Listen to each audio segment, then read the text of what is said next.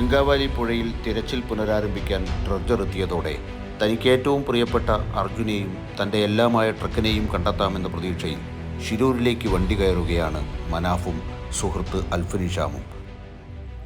ഇപ്പൊ ഏകദേശം ഈ ഒരു അർജുന്റെ വിഷയം തുടങ്ങിയത് ജൂലൈ 16-നാണ്. ഏകദേശം 60 ദിവസം കഴിഞ്ഞു.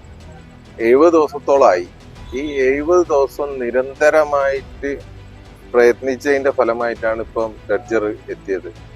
പല നേതാക്കന്മാര് കോടതിയും പലതും കയറി ഇറങ്ങിയിട്ടാണ് ഈ ഒരു നിലയിലേക്ക് നമുക്ക് ഈ വിഷയത്തെ എത്തിക്കാൻ കഴിഞ്ഞത്. ഇനി ഇവിടുന്ന് അങ്ങോട്ട് ഇവിടെ എത്തിച്ചു തന്നതിൽ പല നേതാക്കന്മാർക്കും പല ആളുകൾക്കും അതിന് തീരാത്ത കടപ്പാടുണ്ട് ഞങ്ങൾക്ക്. ഇവിടെ വരെ എത്തി. ഇനി നാളെ മുതൽ ഡ്രഡ്ജറിന്റെ ജോലികൾ ആരംഭിക്കും. എന്നാൽ അതിൽ കുറെ ആശങ്കകളും ഉണ്ട്. ഈശ്വർ മൽപ്പനെ ഉൾപ്പെടുത്തിയിട്ടില്ല. നമ്മൾ നിരന്തരമായിട്ട് ആവശ്യപ്പെട്ട കാര്യമാണ് ഈശ്വർ മൽപ്പനെ ഉൾപ്പെടുത്തണം എന്നുള്ളത്. അത് ഇതുവരെ ഉൾപ്പെടുത്തിയിട്ടില്ല. ഇനി നാളെ നേരിട്ട് പോയി MLA-നെയും കളക്ടറെയും ഒക്കെ നമ്മൾ കാണുന്നുണ്ട്. കണ്ടതിന് ശേഷം ആ കാര്യം ഒന്നും കൂടി ശക്തമായിട്ട് ആവശ്യപ്പെടും.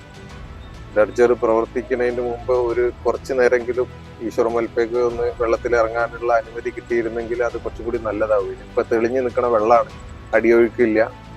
ഈശ്വർ മൽപ്പ കുറച്ചു നേരം ഒന്ന് ഡൈവ് ചെയ്തിരുന്നെങ്കിൽ അതിന് കൂടുതൽ റിസൾട്ട് ഉണ്ടാവും. ഈ ഡ്രഡ്ജർ പ്രവർത്തിക്കുക എന്ന് പറഞ്ഞു കഴിഞ്ഞാൽ ഏകദേശം ഒക്കെ തവിട് പൊടിയാക്കി കൊണ്ടുള്ള എന്താ പറയാ ഒരു മണ്ണെടുക്കൽ പ്രക്രിയ ആയിരിക്കും ഉണ്ടാവുക. ആ ഒരു സമയത്ത് ഇൻ കേസ് ഏതെങ്കിലും ബോഡികളൊക്കെ മരത്തിന്റെ അടിയിൽ കുടുങ്ങിക്കിടക്കുക അങ്ങനെ എന്തെങ്കിലുമൊക്കെ അവസ്ഥയിലാണെങ്കിൽ അത് എന്താ പറയാ കണ്ടെത്താനോ ഒക്കെ പ്രയാസമായിരിക്കും. ഇപ്പത്തെ ലക്ഷ്യം ആകെ ഉള്ളത് വണ്ടിന്റെ ക്യാബിന്റെ ഉള്ളിൽ അർജുൻ ഉണ്ടോ ഇല്ലേ എന്നുള്ളതാണ് തിരയാൻ ഉദ്ദേശിക്കുന്നത്. പിന്നെ അതിന്റെ കൂട്ടത്തിൽ ഞങ്ങളെ തന്നെ ആവശ്യമാണ്. അർജുന്റെ കൂട്ടത്തിൽ തന്നെ വേറെ 2 പേരുണ്ട് അവിടുത്തെ.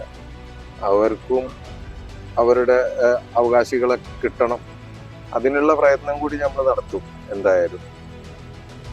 ഇനി ഡ്രഡ്ജറിന്റെ കാര്യത്തിലാണെങ്കിൽ 3 ദിവസം തെരഞ്ഞതിന് ശേഷം ചിലപ്പോൾ നിർത്തും എന്നുള്ളൊരു സംസാരം കേൾക്കുന്നുണ്ട്. അതൊരാശങ്കയുള്ള കാര്യമാണ്. ഇത്രയും പണം മുടക്കിയിട്ട് പണം ആരതായാലും ജനങ്ങളെ പണമാണ് അത്.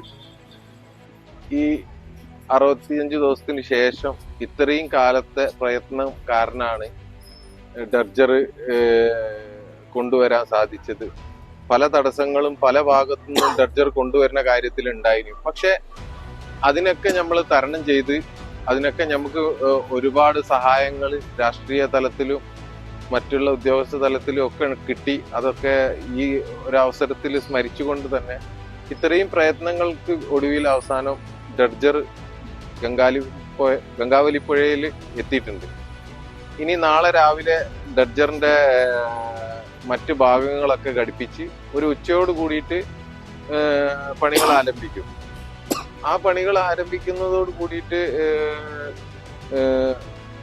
നമ്മൾ ഇത്രയും ചെയ്ത ഓരോ പ്രയാസങ്ങൾ അനുഭവിച്ച പ്രയാസങ്ങൾ ഒരുപാട് നാളായി ബാംഗ്ലൂരിലും കർണാടകയിലും ഒക്കെ ആയിട്ട് ഈ 65 ദിവസത്തിൽ വളരെ ചുരുങ്ങിയ ദിവസങ്ങൾ മാത്രമേ ഉള്ളൂ വീട്ടിൽ പോലും നിൽക്കാൻ കഴിഞ്ഞത്.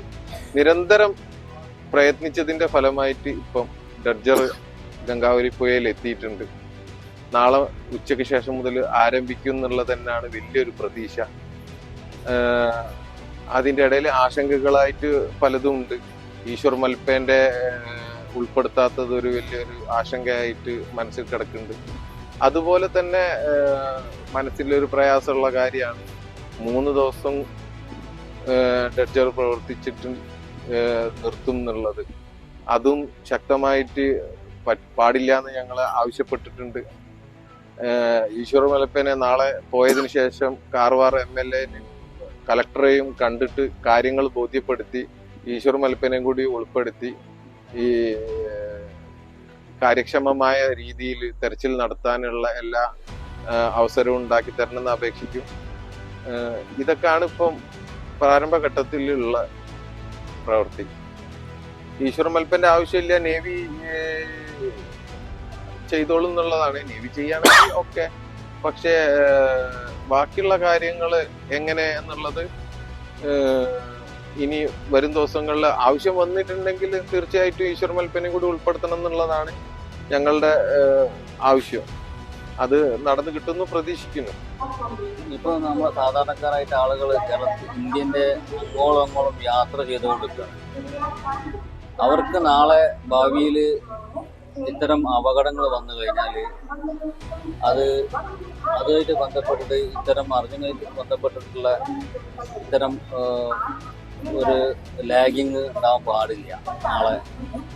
അപ്പൊ അതുമായിട്ട് ബന്ധപ്പെട്ടാണ് നമ്മൾ ഈ ഒരു ആക്ഷൻ കമ്മിറ്റി രൂപീകരിച്ചതും അതുമായിട്ട് ബന്ധപ്പെട്ട് പ്രവർത്തിക്കുന്നതും.